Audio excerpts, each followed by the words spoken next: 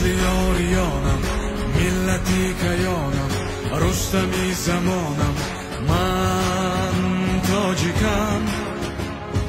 کوهی سربلندم، کافی بگزندم، شاد و ارجمندم، من تاجیکم. رودی پرخروشم، وارثی کروشم، باری خود بدوشم، من تاجیکم. اهل علم و دینم، پاک سرزمینم، چشمی کم نبینم، من تاجیکم. خلقی تاج دارم، باز و خاک سارم، کینه ندارم، من تاجیکم.